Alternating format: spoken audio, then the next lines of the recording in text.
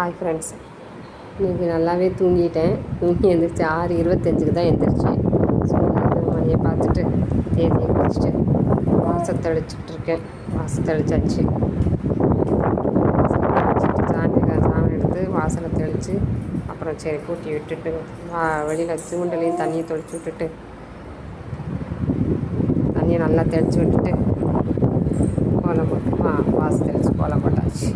கீழே மண் தரையில் சாணம் தெளித்து விட்டுட்டு மேலே தண்ணி தெளித்து கோலம் போட்டு நடுவில் ஒரு சின்ன மஞ்சள் வச்சு பொட்டு வச்சாச்சு.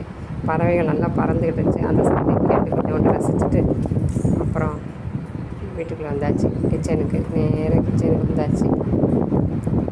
பாப்பாவுக்கு பால் வாங்கிட்டு வந்து சரியா பாப்பா எந்திரிச்சிருவா, அதுக்கு முன்னே பாலை காய்ச்சி வச்சிடலாம் அப்படின்னு சொல்லிட்டு சரியா பாலை காய்ச்சி கரண்ட் அடுப்பில் தான் பாலை காய்ச்சுவேன்.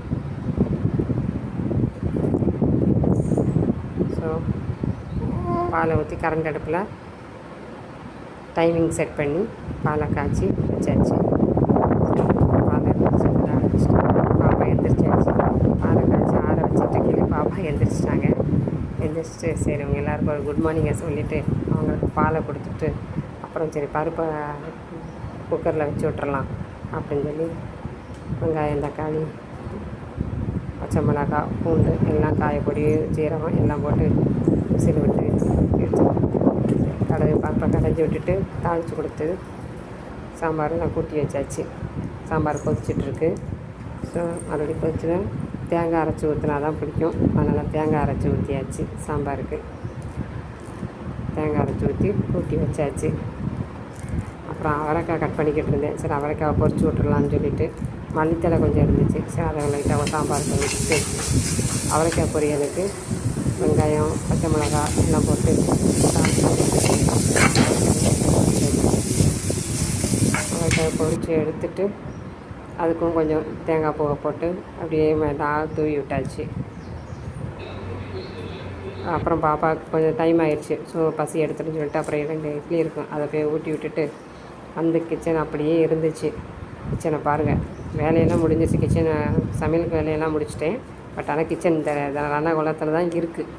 இது அதுக்கப்புறம் பார்க்கணும். சரி எனக்கு கொஞ்சம் புளி மிளகா சாப்பிடணும் போல் இருந்துச்சு. அதையும் கொஞ்சம் ரெடி பண்ணிடுவோம் அப்படின்னு சொல்லிட்டு அதையும் அவசர அவசரமாக கட் பண்ணி புளியை ஊற்றி அடுப்பில் வச்சுட்டு விட்டு அது பாட்டில் வெந்துக்கிட்டு இருக்கோம்.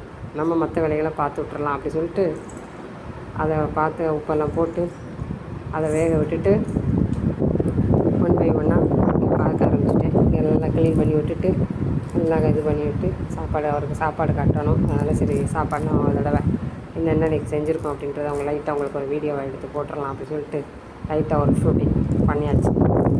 லைட்டாக ஒரு வீடியோ எடுத்து போட்டாச்சு. அவருக்கு சாப்பாடு சாதம் சாம்பார் அவரைக்காய் பொரியல் மாங்காய் தொட்டுப்பார் மாம்பழமாகவும் இல்லை மாங்காவும் இல்லை 2த்துக்கு நடுவில் இருந்துச்சு. எல்லாருக்கும் சாப்பாடை கட்டி வச்சு நீட்டாக முடிச்சு இங்கேருந்து அங்கே வரைக்கும் அப்படியே துடைச்சி எடுத்து பாத்திரம் எல்லாத்தையும் நல்லா கழுவி வச்சாச்சு. பாருங்கள் பாத்திரம் சேர்ந்துச்சு. பாருங்கள் டெய்லி இப்படி தான் 2 வேளையும் பாத்திரம் கழுவுறாங்கள இருக்குது. அவ்வளோதான். இப்போ நீட்டாக ஆகிடுச்சா. அடுத்து துணி துவைக்கிறதுக்கு வந்துடுவோம்னு சொல்லி துணியெல்லாம் அங்கங்கே இருந்ததெல்லாம் எடுத்து ஒன்றா சேர்த்து ஊற வச்சாச்சு. ஒரு 10 நிமிஷம் ஊறட்டும் அப்படின்னு சொல்லி ஒரு 10 நிமிஷம் ஊற விட்டு கையோடு துவைச்சி எடுத்தாச்சு.